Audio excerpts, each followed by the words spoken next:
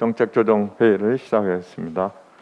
네, 이번 추석의 명절 풍경은 지난 두 차례 명절과는 사뭇 달랐습니다. 최대 8명까지 가족 모임을 할 수 있어서 더 많은 가족들이 정성스레 차례를 지내고 가족들이 모일 수 있었습니다.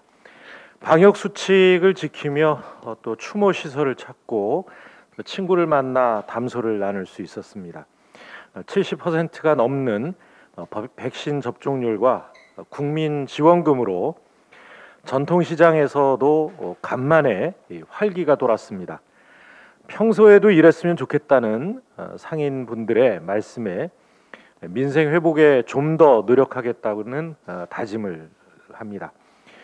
모두의 기대와 희망을 이번 정기국회에서부터 하나씩 구체화해서 단계적 일상 회복과 민생 경제 활성화에 더욱 매진하도록 하겠습니다. 추석 연휴 민주당 경선에 보여주신 높은 관심과 성원에도 감사드립니다. 역대 최다인 216만 명을 넘는 선거인단이 참여하고 계십니다. 1차 선거인단 투표율도 77%를 넘기며 역대급 열기를 보여주셨습니다. 호남 지역 본경선 투표가 이번 주 진행되면서 2차 슈퍼위크가 시작됐습니다. 역대 우리 당 경선에서 호남의 선택은 그 무게가 남다르기 때문에 이 주목을 받고 있습니다. 정책과 비전 중심의 깨끗하고 아름다운 경선이 이루어지도록 최선을 다하겠습니다. 이번 추석에 만난 국민 여러분들께서는 국민의힘 당이 국정농단의 과거를 청산하지 못하고 야당이 돼서도 국기문란을 하고 있다, 이런 말씀을 하셨습니다.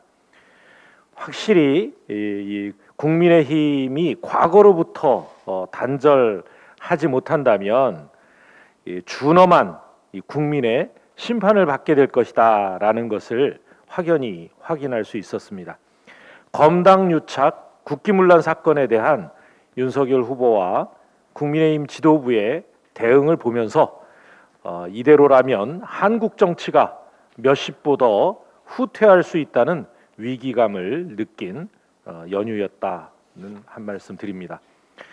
국민의힘의 볼썽사나운 네거티브 공세도 명절 눈살을 찌푸리게 했습니다. 정쟁보다는 민생을 살리는 선의의 경쟁을 하라는 것이 민심임에도 불구하고 여기에 따르지를 않는 것 같습니다. 국민의힘은 아예 민심을 거스르기로 작정한 듯 어느 후보 하나 제대로 된 비전 정책 제시 없이 하나같이 우리 대통령과 정부 그리고 여당 후보를 흠집내는데 여념이 없었고 정쟁 유발과 상호 비방을 일삼으며 민심과 전국을 어지럽혔습니다. 이번 추석을 기점으로 민주당이 더 잘해야 한다는 민심이 보다 더 분명해졌다고 느낍니다. 저희는 무거운 책임감을 가지고 대선 후보 경선뿐 아니라 국회 역시도 대통령 선거의 정쟁판이 되는 것을 막고 민생을 살피는 민의의 전당이 되도록 국회를 굳건히 지키겠습니다. 국민 재신임이 있는 날까지 흔들림 없이 가겠다는 말씀을 드립니다. 문재인 대통령의 외교는 추석 연휴에도 불구하고 큰 성과를 거듭하고 있습니다. 이 유엔을 방문 중인 문재인 대통령은 한미 백신 협력 협약식을 갖고 지난 한미 정상회담에서 맺었던 한미 글로벌 백신 파트너십의 구체화에 나서셨습니다. 글로벌 바이오 기업 사이티바로부터 5,200만 불 투자 유치도 이끌어냈고요. 한미 중소 바이오 기업 간의 백신 소부장 협력과 공동 개발, 위탁 생산 협력을 확대하는 4건의 양해각서 MOU도 체결했습니다. K 글로벌 백신 허브로 나아가는 길이 넓고 더 튼튼해졌습니다. 대한민국이 아시아를 넘어 전 세계의 백신 허브가 될 수 있도록 제도적 뒷받침을 다하겠습니다. 또 문재인 대통령께서는 이 유엔 총회 기조 연설을 통해 한반도 종전 선언을 제안하셨습니다. 남북한 유엔 동시 가입 30년이 되는 뜻깊은 해에 항구적 평화를 정착하기 위한 한반도 평화 프로세스 추진 의지를 세계에 확인한 것입니다. 종전선언은 남북이 새로운 경제 공동체로 번영을 이루며 공존하기 위한 중요한 시작점입니다. 지난해 유엔 총회 연설에 이어 이번에는 종전선언의 주체를 남북미 또는 남북미 중으로 구체화했습니다. 국제사회와 더불어 남과 북이 함께 힘을 모아야 하겠습니다. 이를 위해서 무엇보다 북한 당국의 태도 변화와 협력을 촉구합니다. 민주당은 지난해 한반도 종전선언 촉구 결의안을 발의한 바 있는데요. 이 대화와 협력이 평화에 이를 수 있는 확실한 길이라는 확신하에 협력으로 평화를 이룬 한반도 모델을 만들어 나가겠습니다. 또 야당과도 초당적으로 협력해서 국회가 뒷받침을 해야 할 텐데요. 그 대통령의 유엔 방문을 앞뒤로 이 야당의 행보는 유감스럽습니다. 문재인 대통령이 유엔을 무대로 백신 외교, 또 평화 외교, 미래 외교를 펼치고 있는데 임기말 운운하며 이를 방해한 이 야당 대표의 행보는 초당 외교의 정신을 허물어뜨렸을 뿐만 아니라 야당 스스로 자신들이 수권 능력과 의지를 잃어버렸다는 것을 보여준 해프닝에 불과하다라고 생각합니다. 앞으로 이 남북 문제뿐만 아니라 한미 관계에 있어서는 여야를 초월한 초당적 외교의 기조가 굳건하게 유지되어야 할 것입니다. 이상입니다. 예, 박완주 정책위원께서 확진자 접촉으로 격리 중에서 제가 발언하겠습니다. 추석 당일이었던 지난 22일 OECD는 올해와 내년 한국 경제 성장률을 각각 4.0, 2.9%로 지난 5월 전망 대비 0.2%포인트 또 0.1%포인트 상향 조정한 중간 경제 전망을 발표했습니다.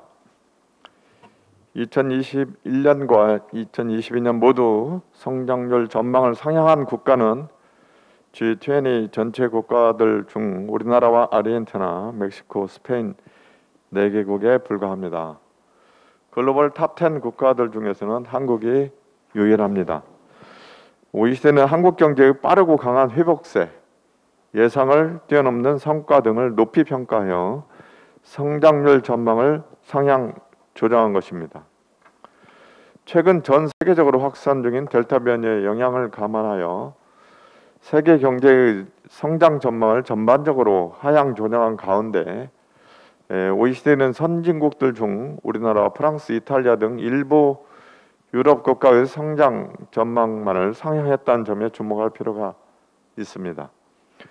또한 코로나 위기 과정 속 세계 경제 성장세를 보여주는 20년, 21년 평균 성장률은 G20 전체 국가 중에서 중국 5.4%와 터키의 5.1%에 이어서 3위 1.6%, 특히 선진국에서는 1위를 기록했습니다.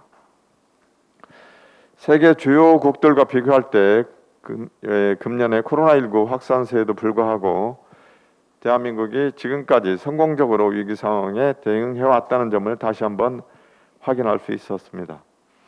다만 OECD는 최근 세계적 규모의 인플레이션 우려를 감안하여 이례적으로 물가 전망을 별도 발표하며 전반적으로 물가 전망을 상향했습니다. 우리나라 물가에 대해서도 당초 2021년 전망 1.8%에서 2.2%로 0.4%포인트 오를 것으로 전망했습니다. 그러나 2021년 경제 성장을 상회한 9개 국가 중에서 우리나라의 물가 전망 상향폭은 세 번째로 낮으며 이들 국가들에게 평균 물가 상향폭 0.9%포인트를 크게 하회하는 수치로 비교적 양호한 수준이라고 말씀드릴 수 있습니다. 최근 우리 경제는 수출 호주세가 지속되는 가운데 코로나19 재확산에도 불구하고 고용 개선 흐름을 이어가고 있습니다. 그러나 거리두기 영향등으로 인해 대면 서비스업 중심으로 내수 관련 불확실성이 점차 확대되고 있습니다. 더불어민주당은 경제 충격 최소화 및 경기 회복세 유지를 위한 상생국민지원금, 소상공인 손실보상금 등 코로나 피해 지원 방안이 속도감 있게 집행될 수 있도록 총력을 기울이겠습니다. 상대적으로 양호한 수준이라고 하지만 물가 안정을 위해서도 대책을 마련하겠습니다. 물가 오름세가 지속될 경우에 취약계층을 중심으로 민생 경제의 어려움이 가중될 것이라는 것이 자명하기 때문입니다. 더불어민주당은 물가 동향에 대한 철저한 모니터링 등 선제적 물가 관리 및 민생 안정에도 만전을 기할 것을 약속드립니다.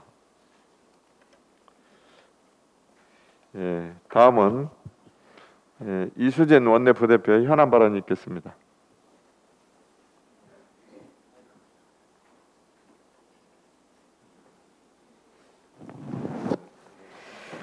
네, 이수진 의원입니다. 야당이 하도 엉터리 같은 이야기를 계속하기에 대장동 개발 관련해서 말씀드리고자 합니다. 2000년대 초기에 시작된 대장동 개발을 2010년 공공개발에서 민간개발로 전환하겠다는 결정을 한 게 이명박 정부와 새누리당이었습니다. 이후 대장동 로비 사건이 불거졌고 당시 새누리당 소속 의원의 동생과 LH 간부 등 9명이 구속됐었습니다. 이렇듯 비리 복마전으로 얼룩지고 개발 이익 자체를 민간 토건업자들이 싹쓸이를 할 상황이었던 사업을 박근혜 정부와 새누리당의 반대에도 불구하고 민간 공동 개발로 돌린 게 이재명 성남시장이었습니다. 사후의 이익을 정산하는 방식이 아닌 이익 발생 시 최우선적으로 성남시 몫을 챙길 수 있게 했고 이를 통해 총 5,500억 원의 공공이익금을 환수했습니다. 투명한 절차를 통해 사업자를 선정했고 시민에게 이익이 돌아가는 개발 사업을 만들고자 기초단체장에게 주어진 권한 내 적법 절차를 동원한 것입니다. 사실 2015년이면 서슬퍼런 박근혜 정부 시절이었고 이재명 성남지사가 눈에 가시 같은 존재였을 텐데 민관 공동 개발하게 왜 가만뒀겠습니까? 부적절하거나 비리가 있었다면 그때 이미 수사했을 것입니다. 또 검찰 역시 2017년 표적 별건 수사를 시도할 만큼 이 지사의 범죄 혐의 찾기에 혈안이 돼 있었을 때였습니다만 대장동 개발은 논란이 되지 못했습니다. 그만큼 당시 이재명의 성남시가 적법 절차를 준수했기 때문입니다. 이를 놓고 국민의힘은 민간업자의 수익이 많으니 특혜가 있었을 것이라며 특검이니 국정조사니 정치 공세를 펴고 있습니다. 그러나 국민의힘은 이재명 후보를 공격하기 전에 곽상도 의원의 아들에게 화천대유가 누구 것인지 물어보십시오. 7년 일했으니 실소유주 정도는 알 겁니다. 또 원유철 전 의원이 화천대유의 고문으로 일하면서 어떤 일을 했는지도 조사하십시오. 혹시라도 대장동 개발로 불법적이고 부정한 이익을 올린 당내 인사가 또 있는지도 잘 찾아보셔야 할 것입니다. 무엇보다도 국민들은 국민의힘이 고발사주 범죄, 윤석열 후보자 가족 범죄를 덮기 위해 몸부림치고 있다는 것을 다 알 것입니다. 윤석열 후보가 대장동 논란을 보고 국민 상당수가 특정인과 특수관계인들에게 상식적으로 납득하기 어려운 특혜가 있었다고 생각하고 있다고 했습니다. 놀라울 정도로 정확하게 윤석열 본인 가족 사건들에 대한 국민들의 시각이 딱 이와 같습니다. 지금 특검을 하고 국정조사를 해야 할 일은 윤석열 검찰의 고발사주, 윤석열 가족비리 사건일 것입니다. 검찰과 공수처 등은 이에 대한 철저한 진상 규명에 속도를 내야 할 것입니다. 진짜 범죄와 비리는 여기에 있다는 점 다시 한번 강조합니다. 마치겠습니다. 예, 다음은 우리 김병옥 제3정조위원장의 현안 발언 있겠습니다. 네, 저도 이수진 의원에 이어서 성남 대장동 개발 관련된 잘못된 의혹 제기에 대해서 한 말씀 드리도록 하겠습니다. 성남 대장동 개발 관련해서 잘못된 보도와 의혹 키우기가 너무 심각해서 많은 국민들이 오해를 하고 있습니다. 심지어 야당 측에서는 국정조사와 특검을 하자고 정치 공세를 하고 있습니다. 정말로 아전인수, 적반하장, 후한무치, 주객전도라고 말하지 않을 수 없습니다. 방귀 낀 놈이 썩낸다는 말을 김기현 원내대표님께 꼭 해드리고 싶습니다. 10년 전부터 추진되던 대장동 개발에 LH가 손을 떼게 하고 민간개발 사업으로 전환하려고 했던 것은 바로 MB정부와 구 한나라당 신영수 전 국회의원과 그 동생 일당이었습니다. LH가 공영개발을 하려던 것을 신영수 국회의원이 국정감사에서 문제를 제기하면서 LH는 사업을 포기합니다. 이후 LH를 압박한 신영수 전 국회의원의 동생이 수억대 뇌물을 받는 등 부동산 업자의 대장동 로비 사건이 있었고 LH 간부 등이 이에 연루되어 6명이 구속되고 9명이 기소된 바가 있습니다. 한마디로 이번 대장동 개발은 구 한나라당 세력이 개발 이익을 민간을 통해 독점하려던 것을 새로 당선된 이재명 성남시장이 이에 대해서 제동을 걸고 공공이 참여하는 사업으로 바꿔낸 기념비적 사건인데 어이없게도 국민의힘이 나서서 국정조사를 하자고 합니다. 정말로 정치 공세를 하실 거면 직원 몇 명 안 되는 화천대유에서 7년간이나 근무했던 곽상도 국회의원의 아들 그리고 고문으로 활동했던 한국당의 원유철 저 의원부터 수사를 해야 된다고 생각합니다.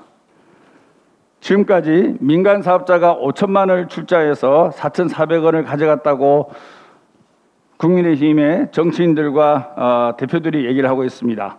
경제학자, 교수 출신이라는 외피를 쓰고 말도 안 되는 이런 주장을 하고 있습니다. 이런 부동산 투자 기초도 모르는 분들이 전문가인 척하고 있습니다. 아마 나중에 많은 비웃음과 비난을 살 것이라고 봅니다. 하지만 이러한 가짜 경제학자, 가짜 교수의 탈을 쓰고 정치 공세를 계속해 나간다면 우리 국민들은 용서하지 않으리라고 생각합니다.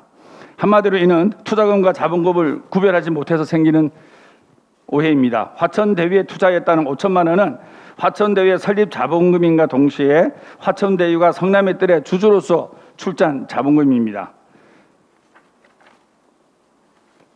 민간 사업자 중 하나은행 등 금융기관은 사실상 대출을 해주는 역할만을 담당하기 때문에 사업 초기 비용은 모두 화천대유가 부담을 하여야 했고 2016년 12월 PF 대출이 확정되기 전까지 사용된 비용이 350억 정도라고 합니다.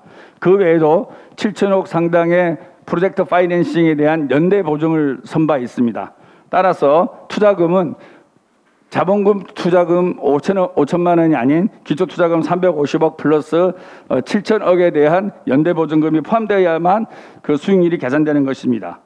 일부 언론에서는 공모과정에 대해서 의혹을 제기하는 분들이 많으신데 여기에 대해서도 간단하게 말씀드리도록 하겠습니다. 공모과정에서 세계의 금융권 컨소시엄 중에 하나인 하나은행 컨소시엄 그리고 두 번째 산업은행 컨소시엄, 메리츠증권 컨소시엄이 참여했습니다. 공모 접수 마감 날 사업자 로비를 막고 보안을 유지하기 위해서 공사 사무실에서 종이 상자를 깔고 밤을 보냈다는 얘기가 나올 정도로 보안을 철저하게 유지하면서 심사에 임했다는 기사가 나왔습니다. 그리고 하루 만에 결정했다는 기사가 또 나오고 있습니다. 1조 원대 사업을 하루 만에 결정했다는 비판하는 분들이 있습니다. 지하철의 경우에는 시간을 오래 끌면 끌수록 로비에 노출될 위험이 높습니다. 이 같은 사업 경우에 총 1000점 만점 평가에서 탈락한 두 개 컨소시엄이 경쟁이 안 될 정도로 낮은 점수를 받았다고 합니다. 선정 과정에서 대한 문제 제기 또한 이 두 개의 기업체는 하지 않고 있습니다. 이 모두 카드라 통신입니다. 다시 말해서 입찰 과정은 공정했고 입찰 과정에 대한 소요 시간도 로비에 연루되지 않게끔 단시간에 잘 끝냈다는 말씀을 꼭 드리고 싶습니다. 대장동 개발을 시작하는 당시 2014-15년은 부동산 침체기로 사업 이익에 대한 확신이 없던 상황이었습니다. 2014년은 최경환이가 빚내서 집사라고 할 정도로 부동산 경기가 바닥이었습니다. 그럼에도 이재명 당시 시장은 부동산 시장 침체로 사업 실패를 하거나 손실이 발생하더라도 무조건 4,583억 원을 선취득하기 위해서 확정 이익을 설정했고, 추가로 기반시설 조성을 위해서 920억 원을 확보하여 성남 시민을 위한 개발 비용을 확보하였던 것입니다. 특히 개발 도중에 조건을 변경해서 추가로 920억 원을 부담시킨 것에 대해서 민간업자인 화천대유 측은 이재명 후보에 대해서 법정에서 공산당이라고 지칭하기도 했습니다. 그만큼 성남 시민을 위해서 물과 불을 가리지 않고 열심히 일해왔던 것입니다. 그런데도 민간업자가 큰 이득을 얻는 것은 2018년 이후 급격하게 상승한 부동산 가격 때문입니다. 2014-15년의 부동산 경기를 볼 때 이렇게 부동산이 뛸 거라고 예측한 국내외 전문가는 아무도 없었습니다. 이재명 후보도 신이 아닌 이상 그럴 수밖에 없었습니다.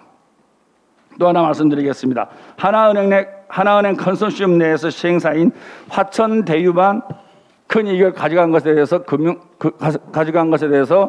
또 말씀드리겠습니다. 그것은 그 당시에 금융사들의 투자 관행입니다. 은행은 리스크를 지면서 수익을 크게 내는 이런 사업에 익숙하지 않은 금융 형태를 띠고 있습니다. 다시 말해서 로우 리스크 로우 리턴의 영업을 해온 거죠. 그 당시도 마찬가지였습니다. 다시 말해서 투자를 한 것에 대해서 일정 수수료와 그에 따른 이자를 취득하는 것이 영업의 목표였습니다. 그리고 우리 성남시는 확정 배당이 목표였습니다. 그리고 시행사는 하이 리스크 하이 리턴이었습니다.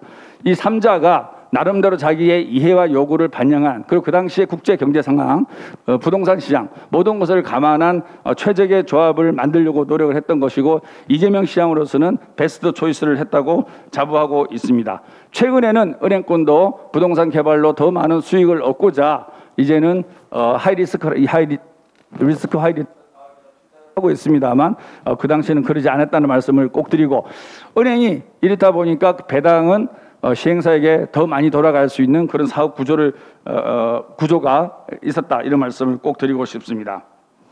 당시 성남 대장동 개발은 전국적으로 알려지게 되면서 2018년도에는 강원도, 김포, 수원, 광명, 고양 등 수많은 지방자치단체와 도시공사가 이 사업 성공을 벤치마킹해서 성남시를 방문하였고, 중국의 영성시 공무원들까지 와서 사업 방식을 배워가는 등 이재명식 혁신이 전 세계적으로 알려지게 된 사건이었습니다.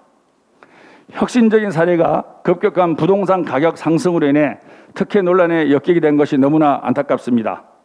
이를 정치 공세로 이용하고 있는 현재 상황에 대해서 유감스럽다는 말씀을 꼭 드립니다. 국민의힘 관계자분들께 다시 한번 말씀드리겠습니다. 키우기, 그다음 무분별한 정치 공세를 즉각 중단해 주십시오. 그리고 언젠가는 대장동 사건이 국민의힘 게이트가 될 것이라는 것을 꼭 말씀드리고 싶습니다. 이상입니다. 예, 다음은 김성환 원내수석 부대표의 현안 발언이 있겠습니다. 네, 종전선언 관련해서 한 말씀 올리겠습니다. 문재인 대통령은 21일 임기 중 마지막 유엔 연설에서 남북미 3자 또는 남북미 중 4자가 모여 한반도 종전선언을 함께 하자고 제안했습니다. 종전선언의 주체를 3자 또는 4자로 하자는 제안은 거슬러 가면 2007년 노무현 대통령과 김정일 위원장 간 14남북 공동선언에 담긴 약속이고, 가깝게는 2018년 4.27 판문점 선언에서 문재인 대통령과 김정은 위원장 간에 합의한 내용입니다. 그런데 문재인 대통령의 정전선언의 제안에 대하여 국민의힘 대선 후보들은 이를 비판하는 발언 일색입니다. 윤석열 후보는 종전선언을 해놓게 되면 유엔사 해체나 주한미군 철수 주장이 대번에 나올 것이라고 했고, 유승민 후보는 평화쇼라며 어느 나라 대통령인지 참담하고 부끄럽다고 했습니다. 국민의힘 대선 후보들에게 되묻습니다. 미국에게 전술핵 배치를 요구하면 평화가 옵니까? 국민의힘은 평화쇼라도 제대로 해본 적이 있습니까? 당신들이야말로 어느 나라 대통령 후보입니까? 국민들은 기억합니다. 김대중 노무현 대통령을 거치면서 금강산 관광을 시작했고, 개성공단을 통해 남북 평화경제의 길을 어렵게 열었습니다. 그런데 이명박 박근혜 정부 들어 금강산 관광길은 닫혔고 개성공단은 폐쇄되었습니다. 개성공단 폐쇄로 한국 중소기업이 입은 손실은 이루 헤아릴 수조차 없습니다. 과거 이명박 박근혜 정부가 했던 대북 정책을 보면 국민의힘 후보들이 문재인 정부의 대북 정책을 비판할 자격이 있는지 의문입니다. 문재인 대통령의 임기가 얼마 남지 않은 상황에서 임기 내 한반도 종전선언은 쉽지 않은 과제임에 분명합니다. 그러나 종전선언은 한반도 비핵화의 불가역적 진전과 완전한 평화 그리고 남북한 공동 번영으로 가는 길에 반드시 거쳐야 할 통로임에 틀림없습니다. 우리에게 돌아갈 다른 길은 없습니다. 종전선언은 금강산에 이어 백두산 관광길을 열고 제2, 제3 개성공단을 만들어 한반도 경제를 한 단계 더 도약시킬 수 있을 것입니다. 평화가 경제입니다. 국민의힘은 이제라도 비판을 위한 비판, 이른바 억가를 중단하시고 남북 문제만큼은 초당적으로 협력하시기를 바랍니다. 이상입니다. 예, 다음은 박주민 제1정조위원장의 현안 발언이 있겠습니다. 예, 오늘자 언론 보도를 보면 고발 사주 사건 관련된 새로운 사실이 드러나고 있는 것 같습니다. 이 보도에 따르면은 수사기관이 제보자인 조성은 씨가 검찰에 제출한 휴대전화 2대, 그다음에 휴대용 저장장치 등에 대해서 디지털 포렌식을 했다고 하고요. 그 결과 지난해 4월 3일 그리고 4월 8일, 즉 김웅 의원으로부터 이 파일을 조성은 씨가 전달받았다고 하는 그 날짜에 관련된 사진과 한글 파일을 다운로드했던 흔적이 확인된다고 합니다. 이런 내용은 제보자 조 씨가 그동안 해왔던 주장과 거의 일치하는 것입니다.